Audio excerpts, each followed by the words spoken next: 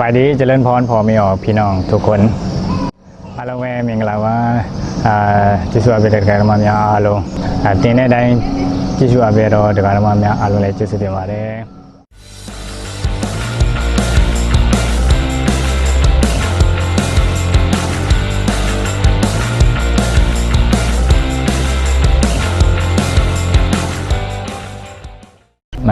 เมื่อนี้ก็บ่มีอย่างจะให้มารับชมดอกแค่อยากจะให้พอมีออกได้รับทราบเบื้องหลังของมอมบางอย่างเบื้องหลังที่มอมจะมาให้พอมีออกได้หูมื้อนี้ก็คือว่าเบื้องหลังของที่มอมได้ไปถ่าย MV ถ่ายคลิปบ้านลาวทุกหมู่บ้านเหตุผลอย่างที่มอมได้ไปถ่ายเหตุผลอย่างที่ได้ทำคลิปออกมากับเบื้องหลังของการทำคลิปของมอมที่ผ่านมาก็ตอนนี้ก็เดี๋ยวมอมจี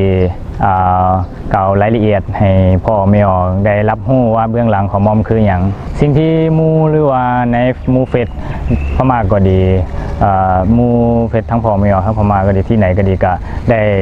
ถามว่าคือในการถ่าย MV ในการถ่ายวิดีโอคือเบื้องงามแท้คือมื้อนิ่งดีแท้กับบางคนก็ถามมาคือถ่ายเก่งแท้ปกติแล้วบ่ได้เก่งก็พอทำได้บางอย่างแต่ที่ได้เฮ็ดให้วิดีโอหรือว่าคลิปเบิ่งงามนี่ก็เพราะอย่างก็เพราะอันนี้ก็เพราะ DJI Osmo Mobile สิ่งของที่สนับสนุนนี้เบื้องหลังของมอมก็คือว่า DJI Osmo Mobile 2ผู้ที่สนับสนุนเบื้องหลังของมอมก็คือพ่อออกสมรไม่ออกประพันธ์คนลาวจากออสเตรเลียที่ให้การสนับสนุนถวายออสโมเพื่อในการถ่าย MV ให้เบื้องงามได้กำลังใจจากพ่อออกสมรและไม่ออกประพันธ์ที่ให้ความสนใจและความสนับสนุนกับมอมที่ในการความเป็นลาวในประเทศพม่าคนลาวในประเทศพม่าพ่อก็ได้สนับสนุนการถ่ายวิดีโอคลิปและที่ให้ถวายDJI นี่ให้มอมนี่ก็บ่มีอย่างแค่อยากให้พ่อมีออกได้รับทราบหรือว่าพ่อมีออก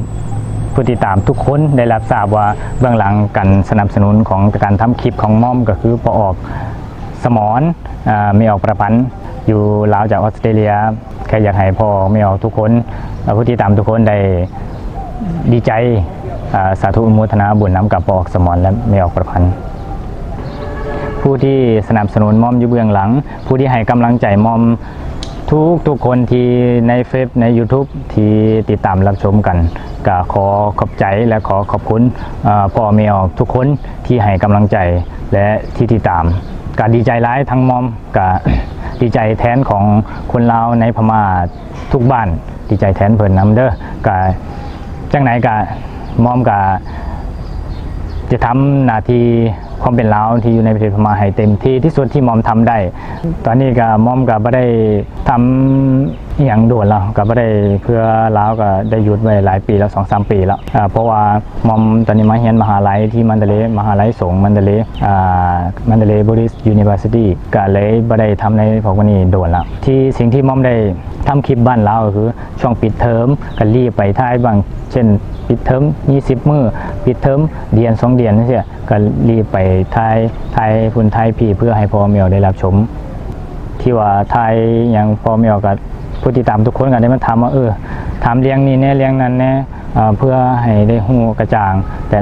นี่ก็ขออภัยสำหรับพ่อแม่ที่ติดตามทุกคนเพราะว่ามอมก็ยังว่านะช่องปิดเทอมรีบถ่ายน้ำรีบอย่างนี้ก็เลยไม่ได้ถ่ายให้ครบถ้วนก็จังไหนก็ขออภัยก็ต่อไปนาก็จะมีกันถ่ายเส้นมอมไปเที่ยวพม่าในบ้านลาวสังก็จะมีถ่ายลงมาถ้าว่าเป็นเกี่ยวกับคลิปคนลาวกับมอมก็จะลงไว้ว่าลาวเมียนมาถ้าว่าเป็นคลิปของพระธาตุที่ในประเทศมาก็จะเขียนอีกอย่างนึงถ้าว่าเป็นเกี่ยวกับเกี่ยวกับลาวเฮาเลยลาวคนลาวในพม่าเลยกับมอมเขียนไว้ว่า INM ลาวเมียนมาถ้าเบิ่งใน YouTube ก็จะเห็นพิมพ์ไว้ว่า INM ลาวเมียนมาหรือว่า INM อินเดกาลาวเมียนมาก็ได้หรือว่าพิมพ์ในเฟซก็สิ่งอินเดกา INM ก็ได้หมดก็สามารถติดต่อได้เนาะก็จังไหนก็ขอบคุณพ่อมีออกผู้ติดตามทุกคนที่รับชมคลิปของมอม กะมื้อนี้อย่างที่ว่านั่นล่ะมอมกะแค่คลิปที่มอมไปถ่ายบ้านเราทุกบ้านก็ได้จบลงไปแล้วกะไว้โอกาสปีหน้า ไว้โอกาสปีหน้าเพราะตอนนี้มอมก็อยู่ที่มันเดเลย์สิ่งที่มาล่าสุดสุดท้ายในมื้อนี้ก็แค่อยากจะมาให้พ่อออกไม่ออกได้รับรู้ว่าผู้สนับสนุนเบื้องหลังของมอมคือไผ่นั่นเองกะพอผู้สนับสนุนของมอมที่มอมได้กล่าวไปกะปอกสมรไม่ออกประพันธ์กะจากคนลาวจากออสเตรเลียกะสาธุอนุโมทนาบุญนำกับพ่อออกไม่ออกกะขอขอบคุณพี่น้องทุกคนที่ติดตามรับชมที่ให้กำลังใจมอมอยู่เบื้องหลังก็มีหลายเช่นนักเขียนพ่อบุญมีเทพศรีเมืองมหาบุญมีเทพศรีเมืองก็สนับสนุนเบื้องหลังหลายแล้วก็หรือส่วนอื่นกับพอออกไม่ออกจากพม่าพอไม่ออกไทยลาวจากทุกทินก็ขอขอบคุณที่สนับสนุนมอมอยู่เบื้องหลังกับในการทำคลิปหรือว่าในการไทยอย่างความเป็นลาวในพม่าก็รู้หลายอยู่สิ่งของอย่างก็บางทีก็ยังกับครบถ้วนเนาะได้เท่าที่ทำได้ก็เท่าทำไปไม่ได้มีอย่างก็เลยทำเพื่อเบื้องได้ไปหน่อยนึงกับบเก่งเท่าใดก็ขอจังไหนก็ขอขอบคุณพ่อมีออกผู้ติดตามทุกคนที่ให้กำลังใจมอมมาตลอดถึงปัจจุบันนี่ก็ดีใจหลายทางมอมก็ดีใจแทนพ่อมีออกคนลาวในพม่านำสบายดีเจริญพรพ่อแม่ออกพี่น้องทุกคนถ้าพ่อแม่ออกพี่น้องทุกคนอยากจะติดตามหามอมสามารถติดต่อได้ในนามบัตรนี้และขอให้พ่อแม่ออกทุกคนจงมีความสุขความเจริญอายุมั่นขวัญยืนตลอดกาลนานเถิด